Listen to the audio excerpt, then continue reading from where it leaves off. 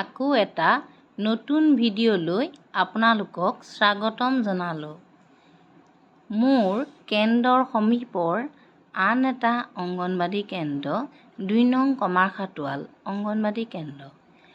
তাতেই আমাৰ VSND camp হয়। যিহেতু আজি VSND কেম্প আছিল, মই কেন্দ্ৰলৈ যাওঁতে শিশুসকলক দেখি আপ্লুত হ'লোঁ আৰু এটা ভংগীমা নৃত্য নাচিবলৈ মন গ'ল। চাওকচোন বাৰু।